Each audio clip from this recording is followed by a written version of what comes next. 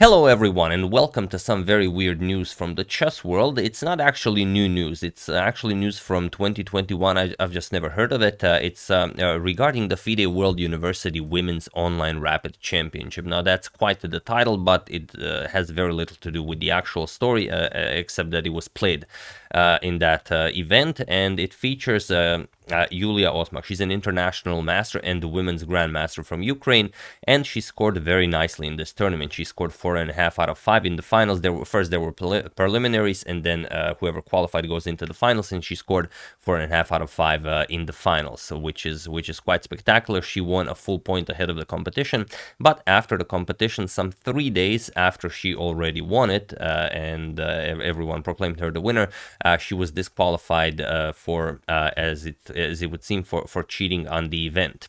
Now they didn't specify how or why or who.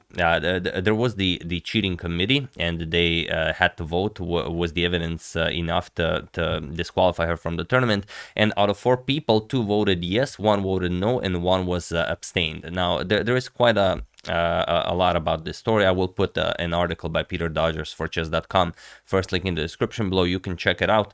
Yeah, I decided to show you one of the games, and it's such a weird thing because it's a very short game, and both Julia Osmak and her opponent for this game, Olga Badelka, Belarusian international master, both of them, or no, another international master. She's a women's grandmaster, I believe.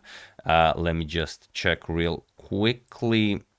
Yeah, she's a women grandmaster. They both missed quite a lot, and it's quite an interesting game. It's a nice game, but nothing that would be suspicious for any reason. And also, she is the 2017 Ukraine Women's Champion. Here you can see her with Grandmaster Natalia Tsukova and Women's Grandmaster and the International Master Olga Babi. So she won first place ahead of them and some other very strong players. Now, what's interesting is how I got to this story, as usual, by browsing the internet. Now here you can see a very short conversation.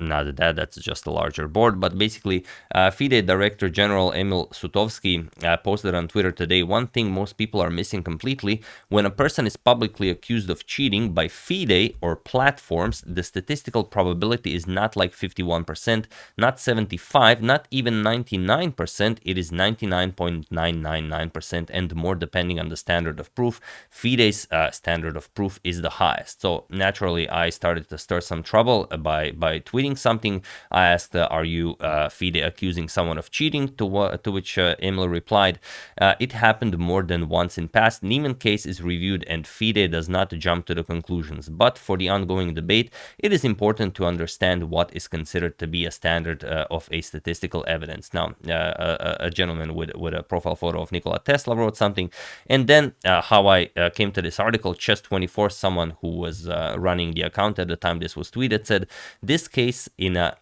FIDE event was 99.999% and more, referring to the case that I will now present. Considering it's reported the Fair Play Committee was split 2-1 with the abstention or whether to ban the player. Now Emil replies that was a totally different case. It was not reviewed by the Fair Play Commission, but just a fair play tournament panel, which could take a sanction for a particular tournament only. The decision was based not only on statistical data, but also on circumstantial evidence. Now, like I said, do check out the story by Peter Dodgers. It's quite a big one, and further analysis was done regarding all of the games of the tournament, and not a lot was found because they said that basically they have to meet only one of the criteria in order for their decision to stand, such as well, there are many ideas, but after the tournament they've had a separate investigation which had meetings with the student, meetings with all Fair Play panel members, additional meetings that deemed useful, grandmaster analysis of moves played by the student including time spent, comparison of moves played by the student with engine recommendations, analysis of statistical evidence of the platform, analysis of statistical evidence of an external expert, analysis of video evidence, and analysis of audio evidence. Now all of this was proved negative, and there weren't really any reasons for the decision to stand. But FIDE on their website said that their decision stands, and that's just it. Now, if you guys know more about the story, if this was in 2021, I haven't found any sources regarding the matter. But I've decided to show you one game, and it's a really an interesting one. So here she faces Julia Osmak, faces Olga Badelka.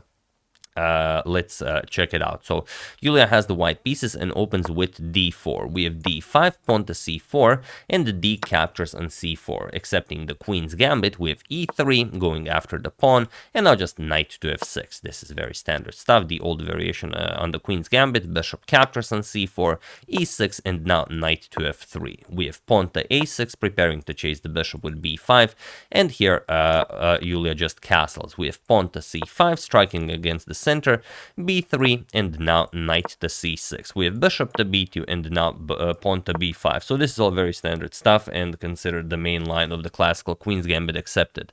Bishop back to e2, we have bishop to b7, and now pawn to a4. Again, nothing new here, all of this has been played before. Pawn to b4, and now knight b to d2. C captures on d4, just grabbing in the center. Here we have a capture fest, captures, and bishop to e7. Olga just prepares the castle here. And now there are some games where bishop to f3 was played. Here Julia first goes for knight to c4 before going for bishop to f3.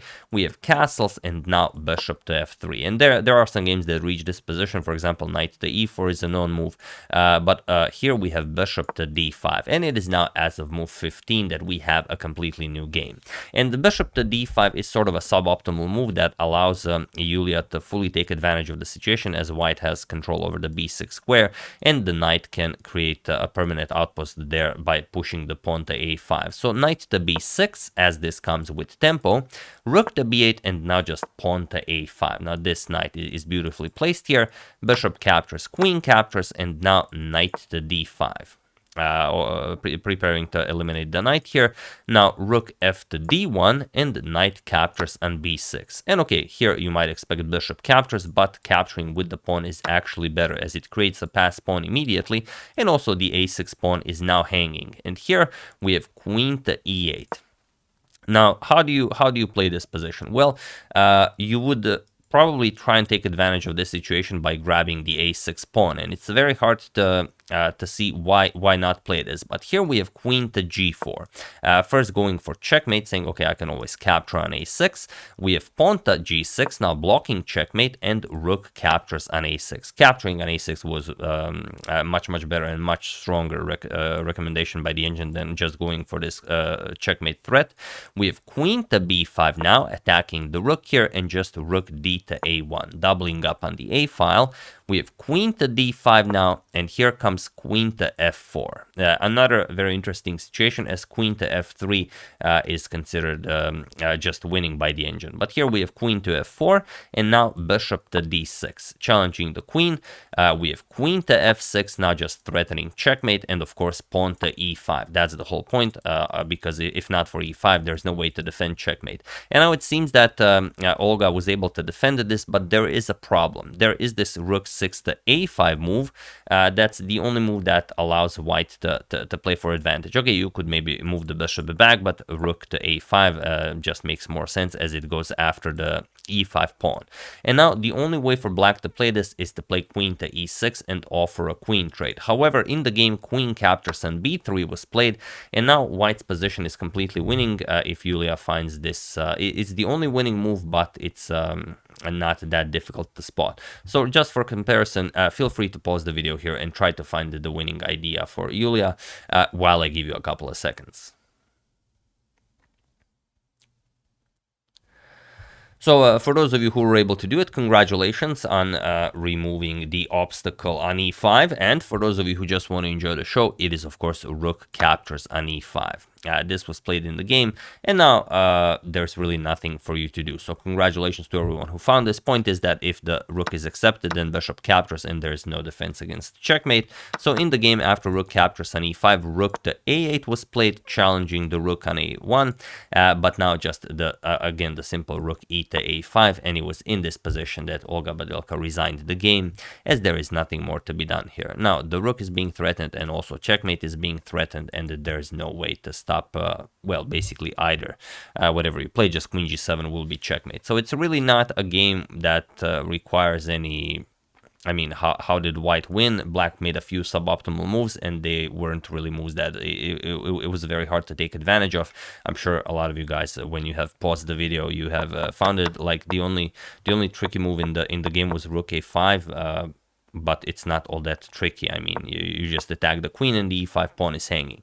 Now, a lot of other people discussed this on Twitter. Again, something that I've missed. I have no idea why, because I do check stuff, specifically chess stuff on Twitter. For example, here you have Ruslan Ponomarev, former FIDE world champion. He said that I watched the games of Julia Osmak from the FIDE World Online Chess University Championship and can claim 110% that I didn't find any evidence of cheating.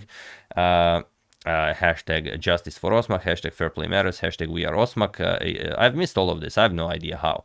And even here you can see Susan Polgar says that this is what I really do not understand. So if one is not accused of cheating, then why is the score erased? And how is it possible that the players can defend themselves? Very confusing. So that's something that's also very interesting. The sort of the fair play committee, or as Emil stated, the fair play panel, never actually accused her of cheating. They just decided to erase all of her games based on some evidence, although I don't think it was ever provided what evidence. And yeah, it's just weird. And not only her, they disqualified like 20 other players as well. So as the Carlsen Niemann saga is also currently being investigated by FIDE, I hope that they will give more due diligence than they did in this case.